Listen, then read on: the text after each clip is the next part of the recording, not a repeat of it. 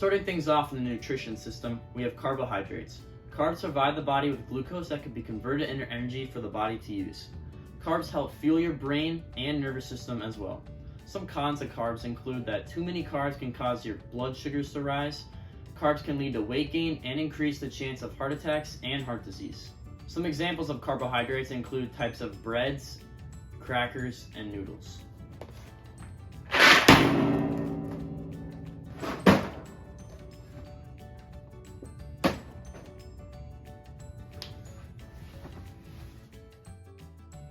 Another very important part to nutrition is proteins.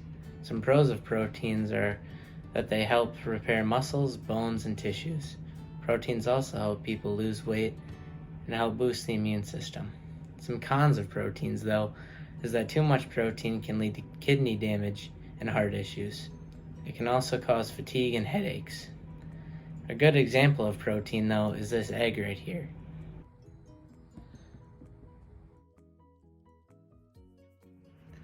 Another part of nutrition can be fats. Some pros of fats are that they give your body energy to support cell functions. They also help protect your organs and keep your body warm. Fats can also absorb nutrients and produce hormones. There are some cons to fats, though, such as saturated fats that raise your cholesterol levels. This can increase your risk for heart attacks and heart disease. Too much fat can also lead to weight gain. Some examples of these bad saturated fats are glacier donuts.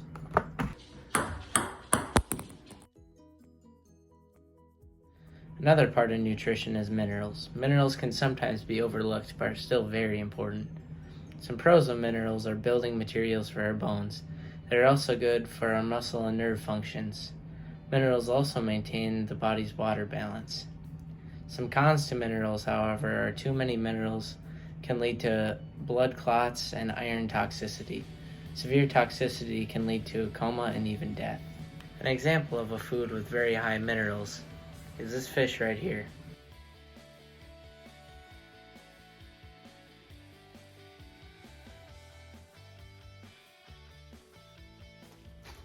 Our next topic is water.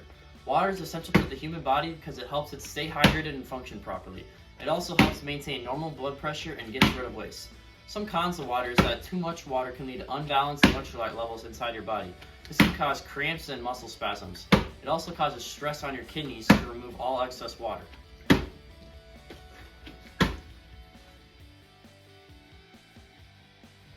Another important part to the nutrition system are vitamins. In general, vitamins help with fighting infections, healing wounds, and making our body stronger.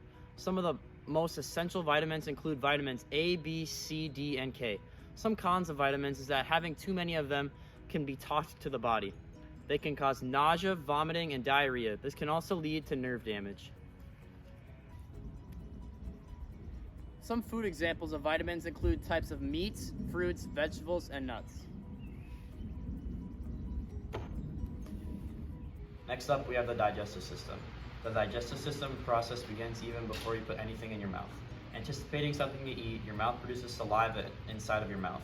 The saliva created begins chemical digestion. Once the food is in your mouth, the chewing of the food combines with the saliva to create a bolus. The chewing of the food is mechanical digestion.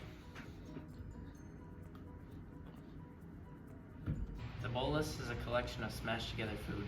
The enzymes in your mouth break down any starch. Then the bolus is sent down the esophagus.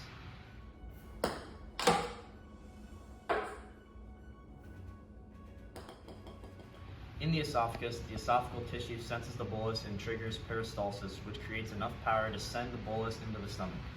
In the stomach, the powerful muscular walls continue to break down the bolus into even smaller pieces.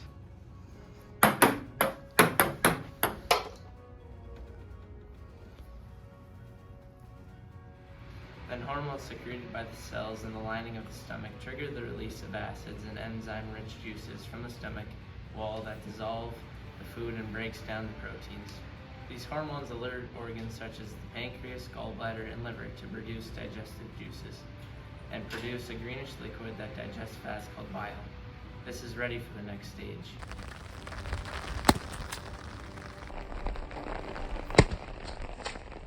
After 3 hours in the stomach, the bolus is now a frothy liquid called chyme.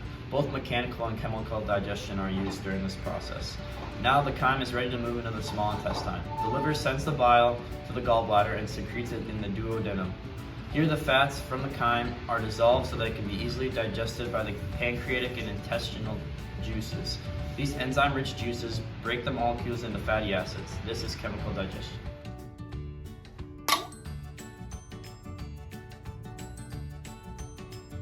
The enzymes also carry out the final deconstruction of the protein into amino acids and carbohydrates into glucose. This occurs in the lower levels of the small intestine. The villi are the lower small intestine, and they absorb molecules and transfer them into the bloodstream.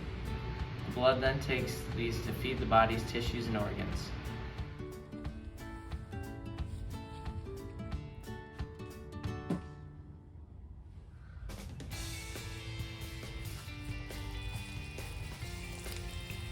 Finally, the leftover fiber, water, and dead cells make it into the large intestine. The body drains out the liquid, and what's left is a mass called stool. The stool goes through the large intestine until it reaches a pouch called the rectum. These processes are chemical digestion. The stool then released through the anus as a waste product.